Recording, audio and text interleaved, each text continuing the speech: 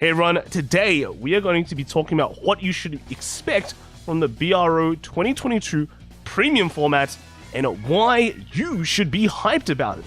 Why is it so cool? If you've been checking out all the regions and all the signups, you're going to be seeing some pretty impressive numbers. Let's take a look, right? So the AO region right now, all the regions have closed registration. AO is sitting at 226 players. If you jump over to the EU region, that is sitting at 206. But if you jump over to NA, we are seeing 364 players registered for the event. These are some pretty crazy numbers. This is probably something that you'd expect from, it's not like standard, right?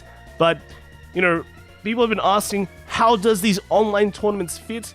You know, now that the real, like, in real life tournaments are back, well, judging from these numbers, people are still hyped for online tournaments. So that is a great thing. Now, there are several factors, right, that are pushing these numbers. And the question we should be asking is, what has changed? There's basically been a few big impacts that have changed the premium format that is either driving up hype or just getting people to join. So we're going to talk about them right now. One of the first impacts that are impacting the premium format is the new fighters rule change that is basically being updated very, very soon. Basically on Friday, the day before BRO 2022. This means that there is a new premium format that people are going to play, but the impacts on that is a bit kind of, maybe it doesn't impact as much. And that is what a lot of people going into the tournament are looking at. If we look at these restrictions, the first one, the Pale Moon restriction, basically does nothing to Nightmare Dolls, which is arguably one of the strongest decks in the format before.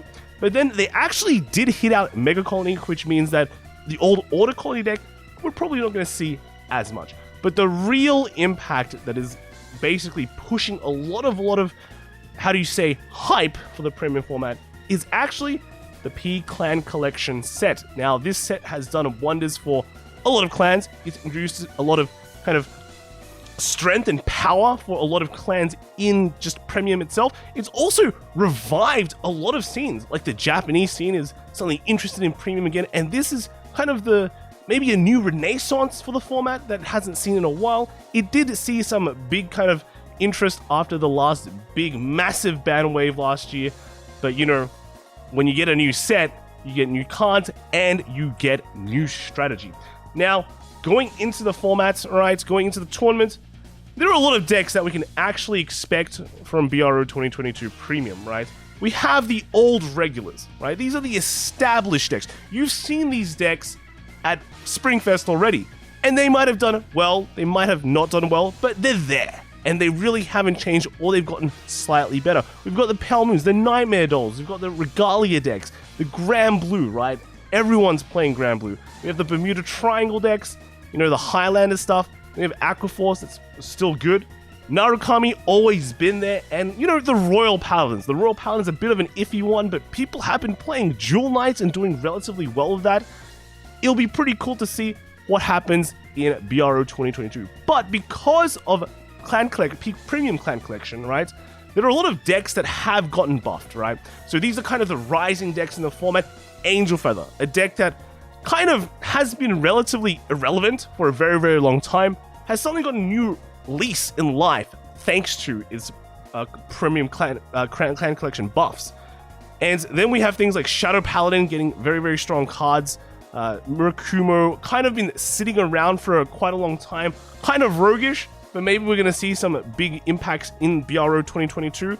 Nova Grappler and Dimension Police. Dimension Police being the real big one. This one has been seeing a lot of play in Japan at least, and will likely see a lot of play in the West because you have some big plays pushing it, but it's also a really, really good deck, right? Spike Brothers always been a favorite for a lot of players, and getting a new stride and good G-Guardian is going to change a lot of things.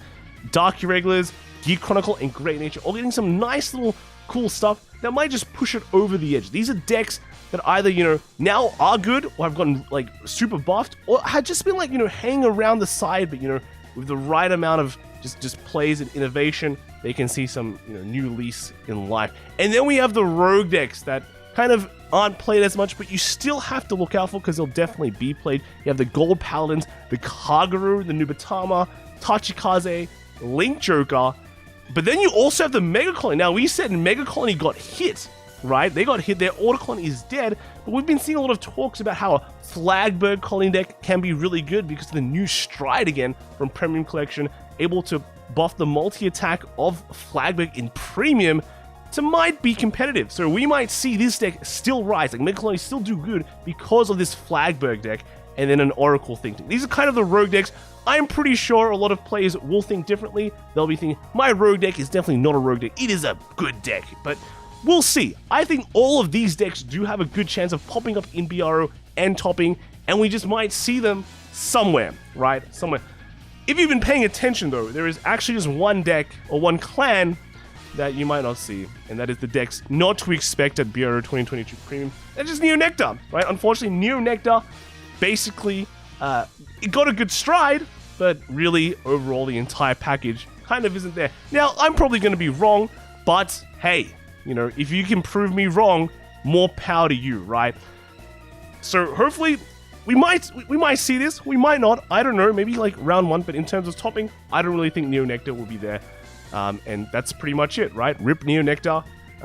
Unfortunately, Katrina carried it too hard, and now it's just staying dead. Now, that's pretty much just a quick rundown, kind of on what to expect. Basically, expect everything. If you're a player, expect everything. If you're a watcher, expect everything. Your favorite clan or deck might just pop up on stream, and you can have a great time. Now, there will be a lot of people watching. I will be there. You know, your favorite casters will be there too. There's some new faces as well. So make sure to be tuning in for every single stream, right, on the weekend. This weekend at least. It's going to be going on for a quite long time. These 2 weeks are going to be Premium and then V. Then we have a short break, and then there will be Standard and White Short. So make sure to clean up some of your weekends. Get ready for some good games. Some long 24-hour streams. Once one region ends, the next one begins. You're going to have a lot of Vanguard. I'll tell you that. And maybe some White Shorts at the end. So let me know what you guys think in the comments. Get hyped and get ready. All right, we'll see you at BRO.